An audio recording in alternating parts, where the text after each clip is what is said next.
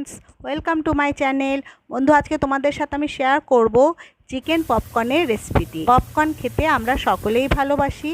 তোমরা এটা বানিয়ে বাচ্চাদের টিফিনে দিতে পারো বা বিকালের জলখাবারেও দিতে পারো।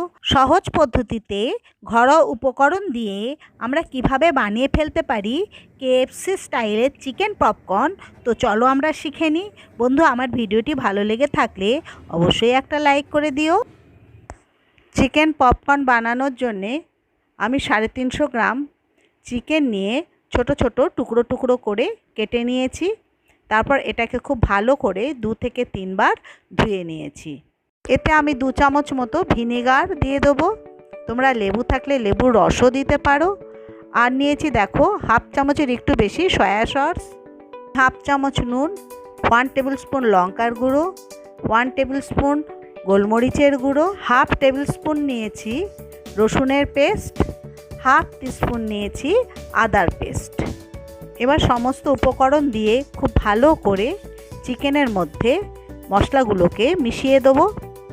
আমার ভালো করে মেশানো হয়ে গেলে দেখো আমি হাফ কাপ দুধ নিয়েছি। এই দুধটাকে এর মধ্যে আমরা মিশিয়ে দেবো। দুধটা একটু ঘন হলে বেশি ভালো হয়। আমি 500 গ্রাম দুধকে 4-5 মিনিট মতো ফুটিয়ে নিয়েছি।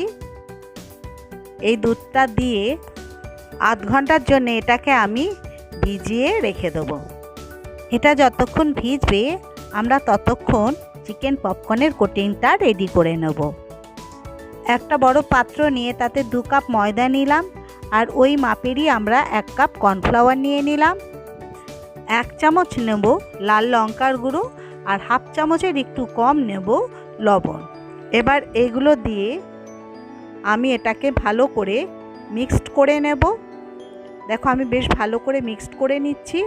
একটা বড় জায়গা নেওয়ার জন্যে চিকেনগুলোকে কোটিং করতে আমার সুবিধা হবে। আধ ঘন্টা বাদে চিকেনগুলো খুব ভালো ম্যারিনেট হয়ে গেছে। এবার একটা চিমটে দিয়ে আমি চিকেনগুলো তুলে নিচ্ছি। দেখো সমস্ত চিকেনগুলো আমি দুধের ভেতর থেকে তুলে নিচ্ছি। এবার এর মধ্যে একটা ডিমকে আমি ফাটিয়ে ভালো করে মিক্সড করে দেব, যাতে সমস্ত চিকেনের মধ্যে ডিমটা ভালোভাবে লাগে।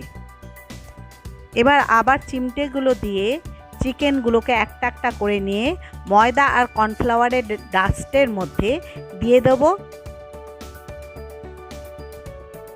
চিকেনগুলোকে ডাস্টের মধ্যে আমি খুব ভালোভাবে মাখিয়ে নেব, মানে একটা খুব ভালো কোটিং তৈরি হয় সেইভাবে আমাদের মিক্সড করতে হবে। দেখো চিকেনগুলোকে আমি হাত দিয়ে 2 হাত দিয়ে চিপে চিপে নিচ্ছি। এইভাবেও তোমরা চিকেনগুলোকে কোটিং করে নেবে। চিকেনগুলোকে ডাস্ট থেকে একটা একটা করে এবার আমি চিমটে দিয়ে তুলে নিলাম। বাকি চিকেনগুলোকেও এইভাবে আমি কোটিং করে নেব। সমস্ত চিকেনগুলোকে এইভাবে কোটিং করার পরে একটা জালের মধ্যে দিয়ে আমি আস্তে আস্তে এটাকে ঝেড়ে নেব, তাহলে ড্রাই ডাস্টটা আমাদের বেরিয়ে যাবে। এবার 1 বাটি জল নিয়ে একটা একটা করে চিকেন আমি এর মধ্যে ভিজতে দেবো। চিকেনগুলো ভিজে গেলে আমি আবার সেগুলোকে চিমটে দিয়ে তুলে নিয়ে সেই ডাস্টটার মধ্যে আবার দিয়ে দেবো। সমস্ত চিকেনগুলোকেই আমি এইভাবে ভিজিয়ে নিয়ে ডাস্টটার মধ্যে দিয়ে দেবো।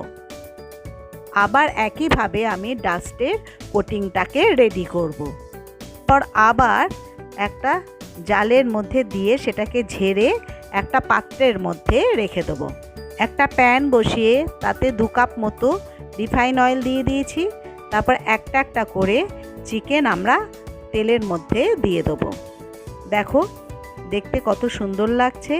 এইভাবে 2 থেকে 3 মিনিট এগুলোকে আমরা ফ্রাই করব। তারপর এটাকে আমরা আবার উল্টে দেব। গ্যাসের ফ্লেমটাকে লো আর মিডিয়ামের মাঝে রাখবো। আমাদের ভাজা হয়ে গেছে। এবার এগুলো একটা ছাঁকনি দিয়ে তুলে নেব। দেখো পপকর্নগুলো রেডি হয়েছে, তবে অত বেশি ক্রাঞ্চি হয়নি। যেহেতু এটা পপকর্ন সেই জন্য আমাদের আবার এটাকে সেকেন্ড টাইম ভাজতে হবে। এটাকে আমরা 10 মিনিটের জন্য রেস্টে রেখে আবার এটাকে ভাজতে দেবো। দেখো এটাকে আমরা আবার ফ্রাই করতে দিয়েছি।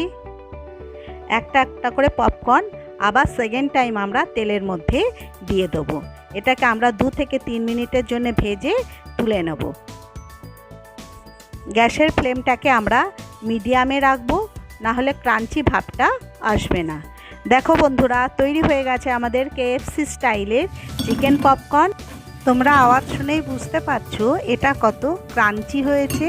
এটা করতে আমাদের আধ ঘন্টার বেশি সময় লাগেনি। তোমরা অবশ্যই এই রেসিপিটি বাড়িতে একবার ট্রাই করো।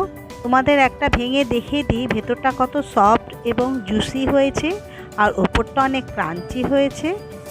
তোমরা আওয়াজ শুনে বুঝতে পারছো কতটা ক্রাঞ্চি হয়েছে।